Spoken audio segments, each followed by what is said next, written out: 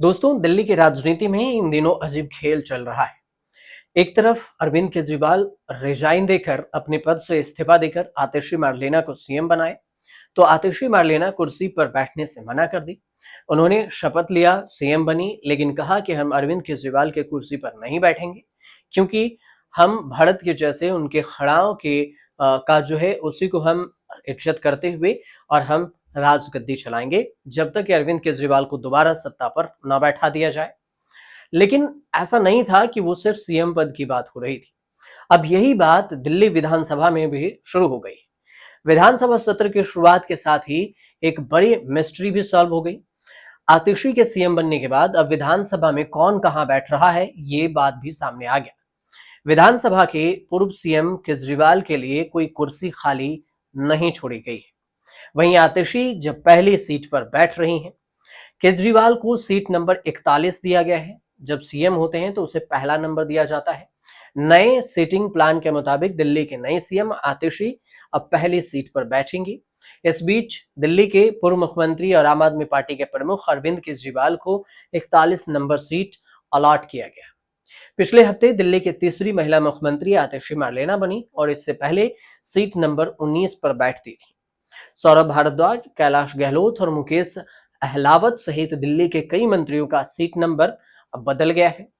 दिल्ली विधानसभा में विपक्ष के नेता हैं विजेंद्र गुप्ता और इनका सीट 94 है और अब बदलकर 100 कर दिया गया। नया सिटिंग प्लान आतिशी के मुख्यमंत्री के रूप में कार्यभार संभालने के कुछ दिनों के बाद हुआ। कालकाजी विधानसभा से विधायक हैं आतिशी। 23 सितंबर को कार्यभार संभाली, 21 सितंबर को शपथ ली। अरविंद केजरीवाल की कुर्सी पर बैठने से इनकार किया और उनकी जो कुर्सी है और उनके प्रति अटूट विश्वास रखते हुए कहा कि हम मुख्यमंत्री के शपथ तो ले रहे हैं, लेकिन रामायण के में भरत के जैसे 4 महीने तक के लिए हम मुख्यमंत्री के रूप में सेवा देंगे। हम उनके कुर्सी पर नहीं बैठेंगे। अपने बड़े भाई भगवान राम की अनुपस्थिति में जिस तरह से भरत ने खड़ाऊ रखकर राजगद्दी का पर नहीं बैठा और अयोध्या पर शासन किया, वैसे ही मैं भी करूंगी।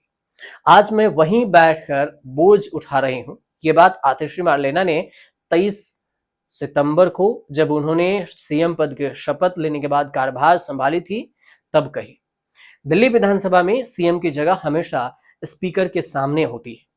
वहीं पर नेता प्रतिपक्ष के आसन को सीएम सीट से 90 डिग्री पर रखा जाता है।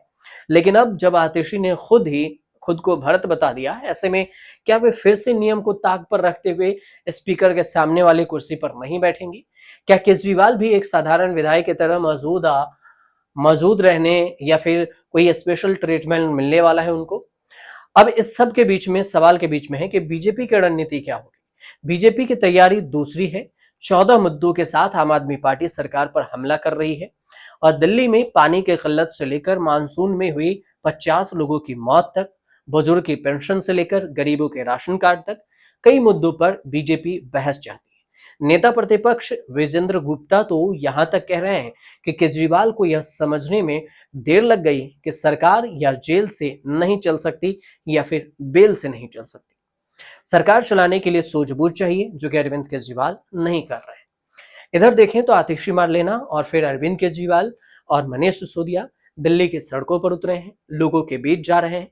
भले ही आतिशी मार्लेना सीएम हैं, लेकिन उनके साथ अरविंद केजरीवाल भी घूम रहे हैं। मतलब ये इनडायरेक्टली कहा जा सकता है कि जिस तरह से अरविंद केजरीवाल अपने फैसले लेंगे, उस फैसले का मुआयना करेंगे, उस पर सिर्फ आतिशी मार्लेना साइन करने के लिए दिल्ली की कुर्सी पर बैठेगी और फिर सत्ता चलाएगी। लेकिन कहने को होगा कि आतिशी मार्लेना सीएम है, सारा कामकाज और देखभाल और कैसे चलेगा सरकार, ये तो अरविंद केजरीवाल ही कर रहे हैं।